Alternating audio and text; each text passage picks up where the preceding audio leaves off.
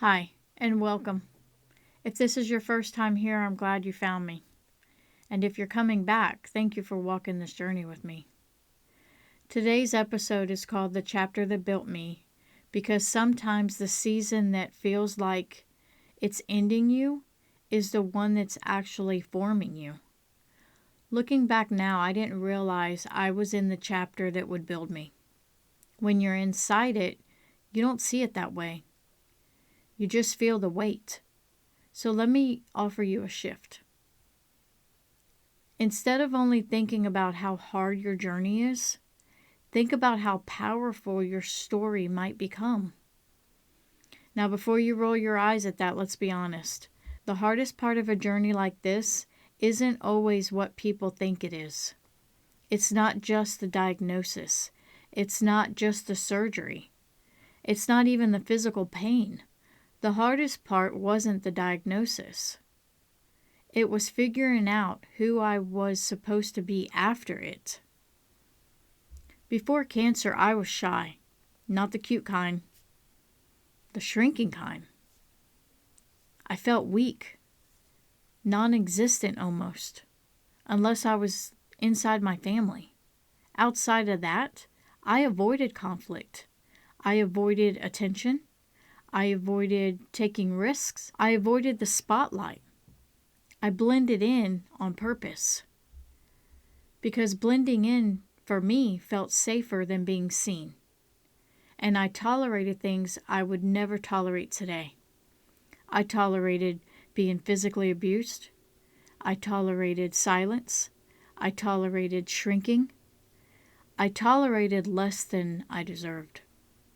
It was instilled in me early that being treated badly was normal, that love hurt, that silence was strength, that enduring was noble. And when you're taught early that you're less than, you don't fight for more. You settle, you shrink, and you tolerate. Not because you're weak, but because you were taught that that's what love looked like. And there's a sadness in realizing that. A sadness for the little girl who didn't know she deserved better. But there's also power in recognizing it now. Because once you see it, you don't pass it down. You don't repeat it. You rewrite it. And here's what changed. When I saw the words that meant cancer in my patient portal, I stopped negotiating my life. It wasn't loud, but it was clear. Life is not guaranteed, and time is not unlimited. And if I was going to fight for my life, I was no longer going to shrink inside it. I realized something I had never allowed myself to admit before. I had been surviving long before breast cancer. I'd been surviving silence, mistreatment, smallness. Cancer didn't create the strength in me. It revealed it. And once I saw that I could face something that threatened my life, I no longer justified tolerating things that only threatened my spirit. That's what changed for me. Not anger, clarity. Not rage, standards. Not rebellion, self-respect. When your life is suddenly not guaranteed, you stop questioning what you deserve. You stop accepting crumbs. You stop asking to be chosen. You choose yourself. And that's a different kind of power. That's who I was. So when people look at me now and see confidence, that didn't come from nowhere. It came from contrast. The night I found out I had cancer, it wasn't in a dramatic room with doctors standing around me. It was in my patient portal on a Saturday night watching Yellowstone. Reading it on a screen, that's when it became real. That's when everything shifted quietly. I was never angry. People expect anger, but I wasn't. I was altered, and somewhere inside that alteration, something started waking up. The woman who avoided the spotlight is now the woman organizing breast cancer walks, the woman who avoided being seen shirtless, the woman who wouldn't start something now has a podcast, 3 books, 3 more started. And I'm different even than I was just a year ago. That's the part people don't understand. Growth didn't stop after treatment. It accelerated.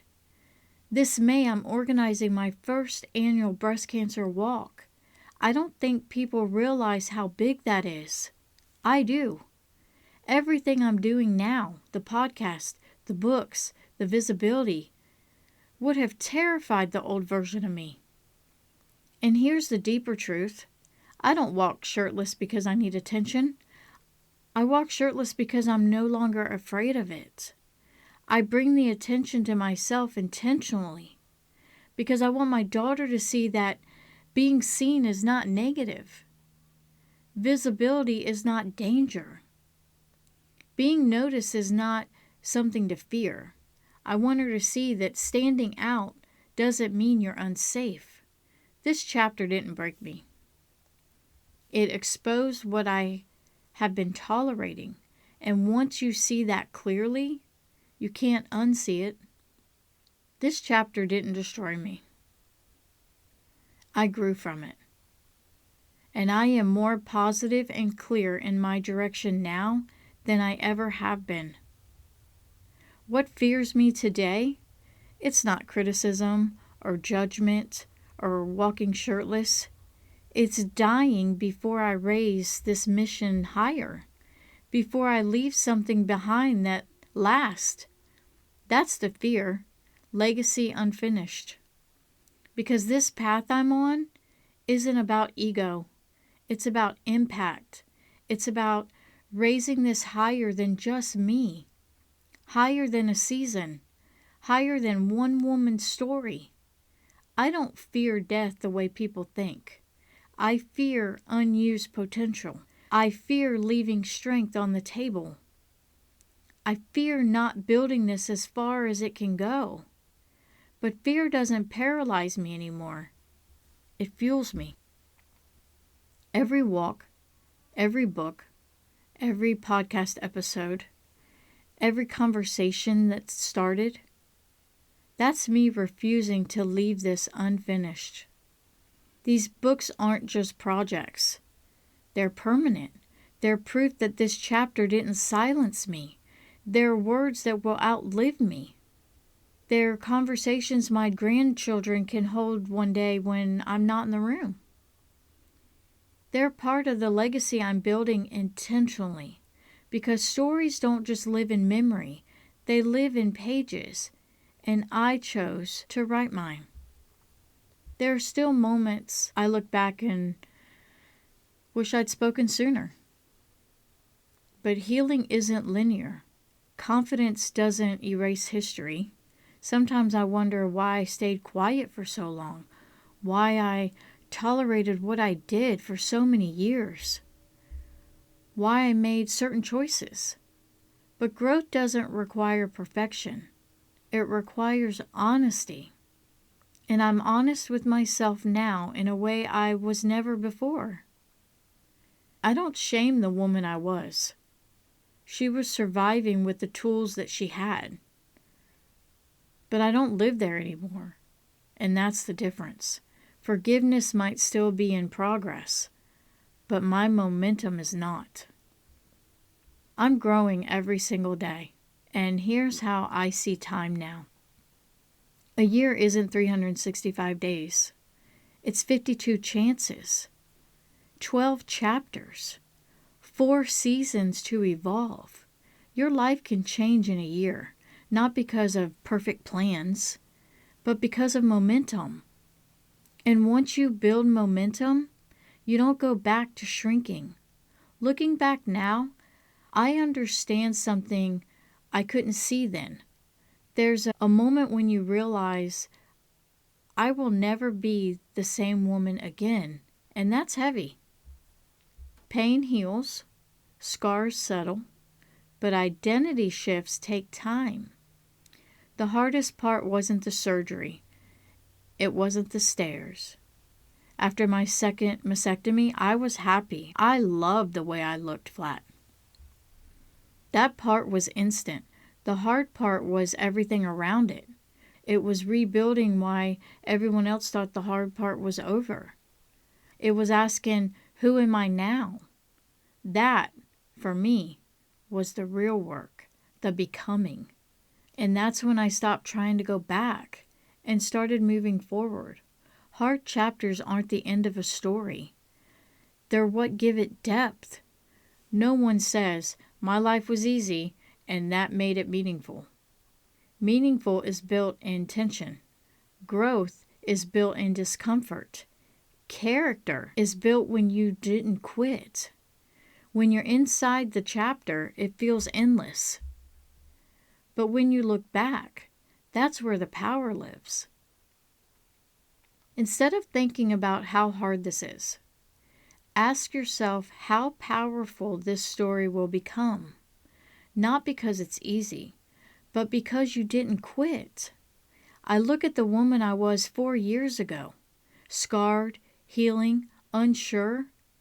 I had no idea this chapter would build a nonprofit, walks, books, a podcast, Boobless Baddies of Georgia. Confidence I didn't know I had. Before cancer, I was afraid of being judged, afraid of speaking in front of people, afraid of starting something and failing. I would not have organized a walk. I wouldn't stand in front of crowds. I wouldn't have written books. But something shifted. I gained self-esteem I never had before. Not performance confidence, identity confidence, real confidence. The kind that says, I survived something bigger than this room. Organizing a walk is not small. I stepped right into it. Being seen used to scare me. Standing out instead of blending in used to feel dangerous to me. Now blending in feels like I'm shrinking. The hard chapter did not destroy me. It stretched me. And maybe you're listening right now thinking, that's great for you, but I'm still in the hard part. If that's you, I want to tell you something. You don't see who you're becoming yet. When you're in the middle of something painful, all you can see is the weight. But I promise you this. There is a version of you on the other side of this chapter that you haven't met yet. She is steadier, clearer, less afraid of being judged. She's not shrinking as easy. She does not ask for permission the same way. Right now, you might feel small, tired. You might feel like your story is ruined. It's not. It's being built. And the part that feels unbearable right now, that's the part that's going to give your story authority later. If I could go back and sit beside myself in the early days, I wouldn't tell her it's going to be easy. I would tell her, you have no idea how strong you're about to become. I would tell her, one day you don't just survive this, you will speak about it with power. I would tell her, this chapter is not the end of you. It's the making of you. And maybe you're in your hard chapter right now. Maybe it feels unfair, lonely. Maybe it feels like it just won't end. But what if this is the chapter that shapes the woman you're becoming? What if one day you say that was the turning point? What if one day you realize this thing that almost broke you is the thing that built you? We don't get to choose whether life gives us hard chapters, but we do get to choose how we narrate it. Are you the victim of this chapter, or are you the author? That shift changes everything. I didn't get to choose cancer, but I chose how I walked forward after it. I chose how I'm going to show up. I chose to build something out of it. And that choice rewrote my story, not because it erased the pain, but because it gave the pain purpose. Instead of asking, why is this happening to me? Try asking, what will this grow in me? Instead of thinking, this is ruining everything, ask, how strong will this make me? Because one day, when this season is behind you, you won't introduce yourself by the struggle. You'll introduce yourself by the strength you built because of it. And that's a great story. And here's the truth. Great stories aren't perfect. They're real. They have tension. They have growth. They have transformation. You're not stuck. You're in the middle of a story you can't see the ending yet. And that's powerful. Because the middle is where the character is formed. So if today feels heavy, if the journey feels exhausting, if you're questioning everything, pause and remember this is a chapter. It's not the conclusion. And one day, you'll look back at this moment and realize it was the part that made the story great. But let me say something else. Great stories aren't built because someone avoided pain. They're built because someone endured it and decided it wouldn't be the end of them. Enduring, not performing strength, not pretending, not posting the polished version on social media. It's the quiet nights, the uncertainty, the moments you don't feel brave at all, but you stay anyway. Because here's something I've learned. Strength rarely feels like strength when you're in it. It feels like exhaustion. It feels like I don't have a chance. It feels like survival. But later it becomes the part of your story that gives someone else permission to keep going. And that's why your story matters. Not because it's dramatic, not because it's inspiring, but because it's real. And real stories create connections. When I look back at the woman I was at the beginning of this journey, I see someone who didn't know what she was capable of. I see someone who thought this chapter might shrink her. Instead, it expanded her. And I don't say that lightly. There were moments I didn't feel expanded. I felt cracked. But cracks let light in. And sometimes the very thing that feels like it's breaking you is actually making space for a bigger version of you. We don't get to skip the breaking, but we do get to decide what grows in the space after it. And here's something else. You're allowed to grieve who you were. You're allowed to miss that version of you that didn't know hardship. You're allowed to say that this is unfair. Growth doesn't require pretending. But don't confuse grief with the end of your story. Grief is a chapter, not the entire book. And if you're in the middle right now, if you feel behind, if you feel altered, if you feel like life veered off the path that you planned, I want you to imagine something. Imagine meeting the future version of yourself, the one who already made it through this chapter. What would she say to you? She wouldn't shame you. She wouldn't rush you. She wouldn't say, just be positive. She would probably say, keep going. You're becoming someone you haven't met yet. Because that's the truth. The version of you on the other side of this is not smaller, weaker, ruined. She's refined. And refinement doesn't happen in comfort. It happens in the fire.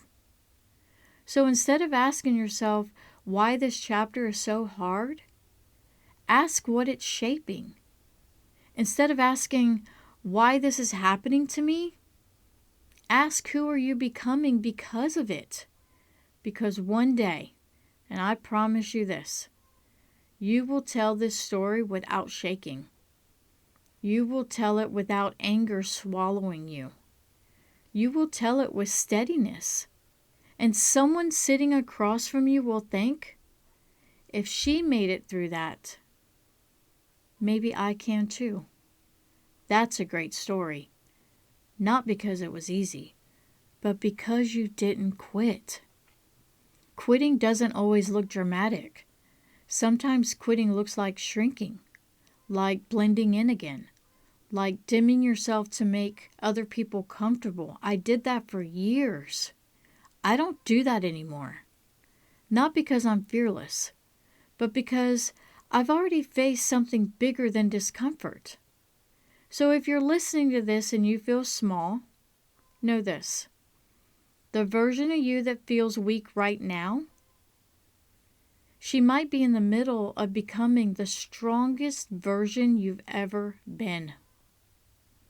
You are not behind. You're not broken. You're not late. You're rebuilding. And great stories aren't built by people who avoided pain. They're built by people who refuse to disappear inside it. Thank you for being here. I'll see you next week.